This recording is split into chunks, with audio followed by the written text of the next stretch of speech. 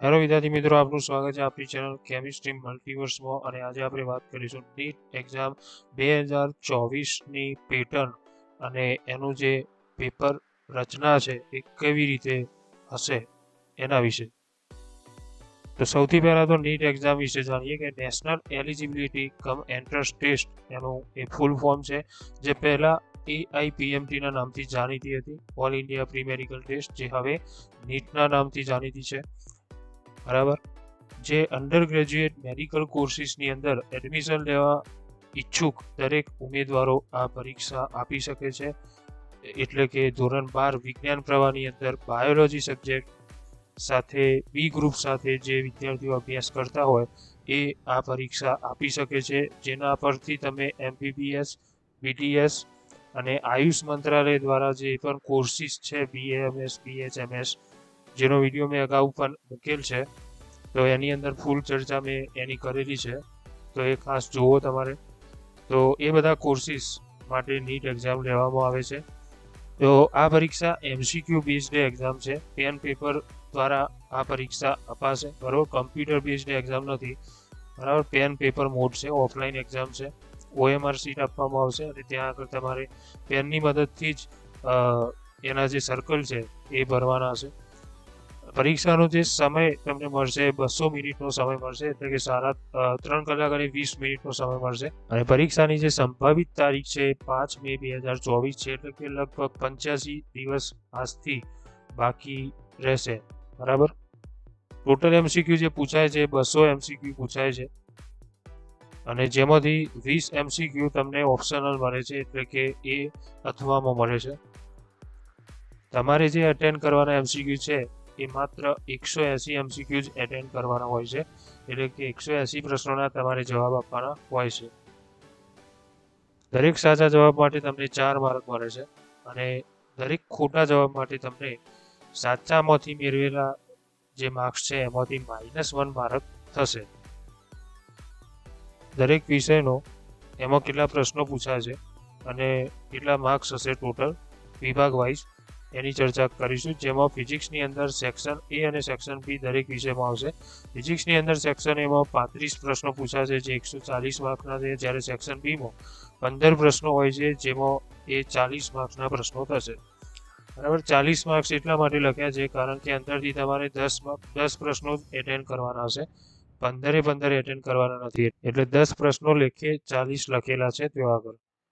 એ જ રીતે દરેક વિષયમાં આ જ સિસ્ટમ જોવા મળશે કે કેમિસ્ટ્રીમાં સેક્શન 2 હશે 35, 15, 140, 40. બોટનીમાં પણ એ રીતે 35, 15, 140, 40. અને ઝૂઓલોજીની અંદર પણ 35, 15, 140, 40. અહીંયા વિભાગ તમને પેપરમાં આપેલા હશે, સેક્શન A અને સેક્શન B, એને તમારા પાઠ્યપુસ્તકો સાથે કોઈ લેવા દેવા નથી. એવું ના સમજતા કે પાર્ટ 1 અને પાર્ટ 2, ભાગ 1 અને ભાગ 2 પાઠ્યપુસ્તક, એવું નથી. સેક્શન A અને સેક્શન B એ પેપરમાં આપેલા વિભાગ છે. બરાબર, જે તમને અલગ ટાઈપના પ્રશ્નો થોડાક આપ્યા હશે એના ભારેપણાની દ્રષ્ટિએ. તો ટોટલ માર્ક્સ જે છે પરીક્ષાને 720 માર્ક્સ થશે 4 વિષયના થઈને. હવે આપણે વાત કરીશું કેમિસ્ટ્રીના દરેકે દરેક જે પ્રશ્નો પૂછાય છે, કેટલા પ્રશ્નો ટોટલ કયા કયા વિભાગમાંથી પૂછાશે એ જોઈએ. કેમિસ્ટ્રીની અંદર 3 પ્રકારના રસાયણ વિજ્ઞાન આપણે આવે છે. અકાર્બનિક રસાયણ વિજ્ઞાન જે છે એમાંથી 17 પ્રશ્નો પૂછાય છે. કાર્બનિક રસાયણ વિજ્ઞાનના જે પ્રકરણો છે એમાંથી 17 પ્રશ્નો પૂછાય છે. ભૌતિક રસાયણ વિજ્ઞાનના જે પ્રકરણ છે એમાંથી 16 પ્રશ્નો પૂછાય છે. ટોટલ કેમિસ્ટ્રીમાં 50 પ્રશ્નો પૂછાય છે, જેના દરેકના 4 માર્ક્સ લેખે કેમિસ્ટ્રીના ટોટલ 200 માર્ક્સના પ્રશ્નો પૂછાય છે. એમાંથી તમારે 180 માર્ક્સના પ્રશ્નોના જવાબ આપવાના હોય છે. 50 પ્રશ્નોમાંથી 5 પ્રશ્નો તમને ઓપ્શનલ મળે છે, એટલે કે તમારે માત્ર 45 પ્રશ્નોના જવાબ આપવાના હોય છે, જેના 180 માર્ક્સ થશે. ફિઝિક્સ અને કેમિસ્ટ્રીમાં સેમ વસ્તુ જોવા મળે છે.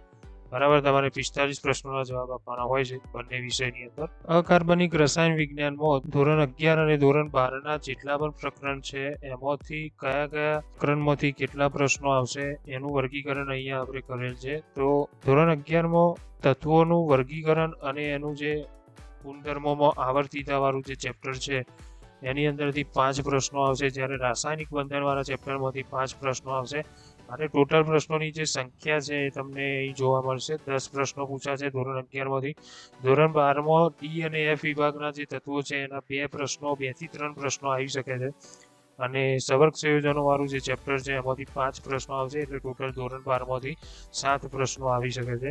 ત્યારબાદ આપણે કાર્બનિક રસાયણ વિજ્ઞાનની વાત કરીશું, જેમાં ધોરણ 11ના કાર્બનિક રસાયણ વિજ્ઞાનના પાયાના સિદ્ધાંતો વાળું જે ચેપ્ટર છે એમાં 3 પ્રશ્નો, અને હાઇડ્રોકાર્બન વાળું જે ચેપ્ટર છે એમાંથી 4 પ્રશ્નો, એટલે ટોટલ 7 પ્રશ્નો પૂછાશે. ધોરણ 12માં એલો આલ્કેન એલો એરિન વાળા ચેપ્ટરમાંથી 2 પ્રશ્નો, આલ્કોહોલ વાળું જે ચેપ્ટર છે એમાંથી 2 પ્રશ્નો, આલ્ડીહાઇડ વાળા ચેપ્ટરમાંથી 3 પ્રશ્નો, એમાઇન એમાઇડ વાળા ચેપ્ટરમાંથી 2 પ્રશ્નો અને જૈવિક અણુઓ વાળા ચેપ્ટરમાંથી 2 પ્રશ્નો પૂછાશે. એટલે ટોટલ ધોરણ 12માંથી 11 પ્રશ્નો આવશે. બરાબર. ત્યારબાદ ફિઝિકલ કેમિસ્ટ્રી એટલે કે ભૌતિક રસાયણ વિજ્ઞાનના જે ચેપ્ટર છે એમાં ધોરણ 11ના પ્રકરણો જોઈએ. એમાં કેમિસ્ટ્રીના પાયાના જે સિદ્ધાંતો છે, રસાયણ વિજ્ઞાનના પાયાના સિદ્ધાંતો, ફર્સ્ટ ચેપ્ટર જે તમને આપેલું છે એમાંથી 2 પ્રશ્નો આવી શકે છે. જ્યારે પરમાણુનું બંધારણ જે છે એમાંથી 1 પ્રશ્ન, સંતુલન જે છે એમાંથી 2 પ્રશ્નો આવી શકે છે, થર્મોડાયનેમિક્સ ઉષ્માગતિશાસ્ત્રમાંથી 2 પ્રશ્નો, રેડોક્સ પ્રક્રિયામાંથી 1 પ્રશ્ન, અને ટોટલ આપણા પ્રશ્નોની સંખ્યા થશે 8 પ્રશ્નોની ધોરણ 11માંથી. જ્યારે ધોરણ 12માં વિદ્યુત રસાયણ વિજ્ઞાનમાંથી 2 પ્રશ્નો, દ્રાવણવાળા ચેપ્ટરમાંથી 4 પ્રશ્નો, રાસાયણિક ગતિશાસ્ત્રમાંથી 2 પ્રશ્નો, એમ ટોટલ 8 પ્રશ્નો. એટલે ટોટલ ફિઝિકલ કેમિસ્ટ્રીના પણ અહીંયા 16 પ્રશ્નો આ રીતે પૂછાશે. બરાબર. તો નીટ અંડર ગ્રેજ્યુએટના જે પણ જૂના પેપરો છે 2023 સુધીના અમુક પ્રશ્નોના સોલ્યુશન્સ આપણે અહીંયા એના વિડીયો મૂકતા રહીશું. નેક્સ્ટ 5 દિવસની અંદર એના વિડીયો આવતા થઈ જશે, તો એ ખાસ જોવા. અને આપણી ચેનલ ઉપર જે સૌથી ભારે પ્રોબ્લેમ્સ હશે અને એડવાન્સ અને લોજિકલ પ્રોબ્લેમ્સના જે પણ એક્ઝામ્પલ હશે એના સોલ્યુશનો જ મુકાશે. બરાબર. એટલે ખાસ ચેનલ સાથે સંપર્કમાં રહેવું, ચેનલને સબસ્ક્રાઈબ કરવી. બરાબર. ખાસ કરીને નીટ એક્ઝામ સુધી તો ખાસ કરીને જોઈન રહેવું ચેનલ સુધી. બરાબર. અને ચેનલની રોજ મુલાકાત લેવી કે જેથી તમને ખ્યાલ આવે કે કઈ નવી વસ્તુ આવી છે કે નહીં જાણવા જેવી. બરાબર. ચાલો તો મળીશું નેક્સ્ટ વિડીયોની અંદર.